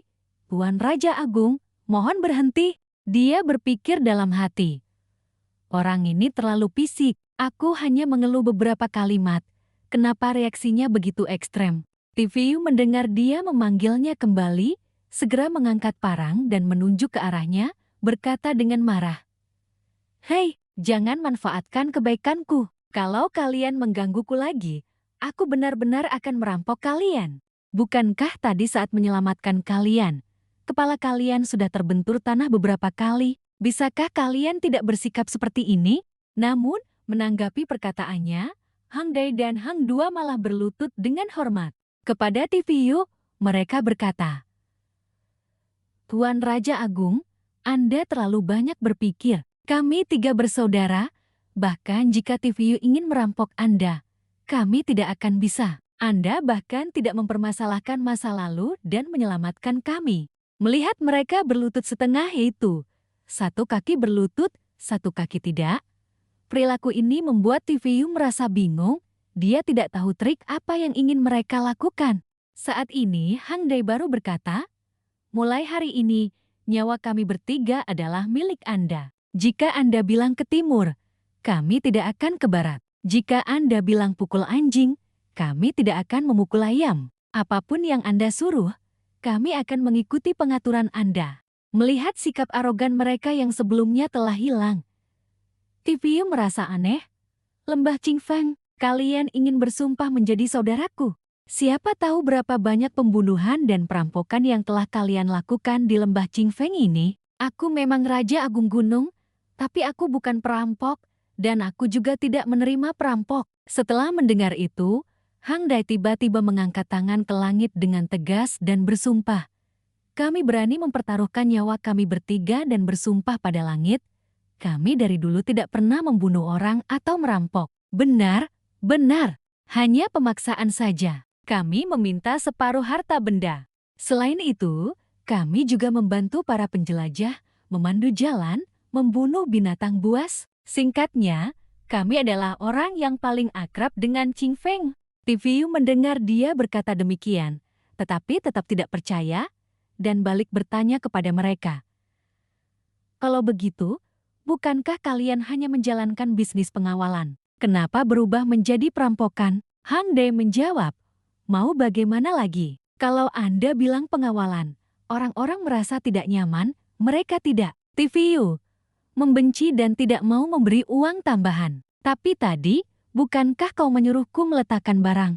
Dia menyela perkataan TVU, memintanya untuk membiarkannya bicara sampai selesai. Maksudku adalah setelah meletakkan barang, kami akan memperkenalkan pekerjaan kepada Anda. TVU menepuk dahinya, tidak bisa berkata-kata, tidak berani percaya bahwa mereka bisa bermain-main seperti itu. Ini semua adalah versi kultivasi fantasi dari praktik bisnis jual beli yang curang. Dia menghela napas. Kenapa aku kemana-mana selalu bertemu orang-orang yang bermasalah otaknya ini? Aku tidak tahu apakah aku bodoh sehingga secara otomatis menarik mereka atau tidak. Tetapi, jika dipikir-pikir, mungkin mereka benar-benar sangat akrab dengan lembah Qingfeng ini. Saat ini, dia membutuhkan peta. Hang Dae telah menghilangkan peta, sekarang dia bisa membiarkan mereka memimpin jalan. Lebih baik coba manfaatkan mereka dulu. Memikirkan hal ini, Hang Dae dan Hang Ni serentak berseru. Mohon Raja Agung menerima kami bertiga sebagai murid. Hanya Hang Tam yang belum sadar setelah linglung, masih tergeletak di tanah. Apa-apaan kalian bertiga ini? Hang Tam segera duduk, memasang pose tampan dan tegas lalu berkata, aku tidak mau. Hal ini membuat kedua kakaknya bingung. Adik ketiga, sekarang bukan waktunya membahas masalah rambutmu. Kenapa bukan masalah rambutku? 3 helai rambut terakhirku. Butuh waktu berapa lama dan upaya seperti apa untuk mempertahankan 3 helai rambut terakhir ini? Tanpa 3 helai rambut ini, aku bukan lagi Hang Tam, tapi Hang Si Botak. Bagaimana aku bisa punya muka berjalan bersama kalian? Disebut 3 hidung lembah angin hijau lagi? Dia berbicara sambil menyentuh kepalanya. Ini adalah simbol Hang Tam jika hilang. Menurutmu bagaimana orang-orang di dunia persilatan akan melihatku? Aku tidak punya muka untuk memohon padanya. Hang Tam berkata lalu memeluk lengannya sambil merajuk. Lagi pula, meskipun dia telah menyelamatkan kami, rambutku jati begini juga karena dia. Aku tidak mau melupakan kebaikan ini, tapi TVU melihatnya seperti anak kecil, lalu melangkah mendekat. Jeti, kamu masih marah? Bukannya cuma beberapa helai rambut, ucapnya sambil menarik kepala Hang Tam. Apa yang kau lakukan? Tunggu. Jangan sentuh. TVU mengeluarkan spidol hitam, menggambar 3 garis di kepala botak Hang Tam. Sudah beres? Bukankah cuma 3 helai rambut? Begini sudah cukup. Tinta ini sangat awet, tidak akan pudar selama kulit kepala tidak mengelupas. Jika tidak puas, aku masih punya wig ini. Mau ambil? Aku beri sekalian cermin. Lihat sendiri apakah kamu puas. Hang Tam mengambil cermin untuk bercermin. Hang Dae dan Hang Ni di samping melihatnya dan mengeluh, Rambut memang simpul bagi adik ketiga. Tapi bukankah ini hanya digambar? Kekanak-kanakan sekali. Adik ketiga pasti tidak akan menerimanya. Namun di luar dugaan mereka, Hang Tam justru sangat menyukai 3 garis hitam di kepalanya, bahkan memuji dirinya sendiri masih sangat tampan. Hal ini membuat kedua kakaknya keheranan, tidak mengerti ada masalah apa dengan otak adiknya. Setelah menyelesaikan masalah ini, TVU memanggil mereka. Nah, teman-teman kecil, mari kita mulai. Ketiga orang itu berlari mendekat dengan riang. Kemudian, entah dari mana, mereka mengeluarkan sebuah tandu besar. Silakan Raja Agung naik tandu. Ini adalah tandu bunga kelas atas, mewah, khusus untuk klien kami. Pemandangan penuh angin sepoi-sepoi dilengkapi tirai pelindung matahari transparan. Selain itu ada peralatan bertahan hidup di alam liar, ditambah 3 pengawal bela diri berkemampuan tinggi untuk menyelesaikan segala masalah, membantu semua kesulitan dalam perjalanan Anda. Melihat pemandangan ini, TVU akhirnya percaya bahwa ketiga orang ini memang orang dari perusahaan ekspedisi Tiu Cece. Begitulah, di sepanjang jalan, mereka terus memanggil Raja Agung. Kami mematuhi perintah Raja Agung. Dia lalu meminta mereka mengubah sapaan. Panggil, aku adalah Raja Agung Te.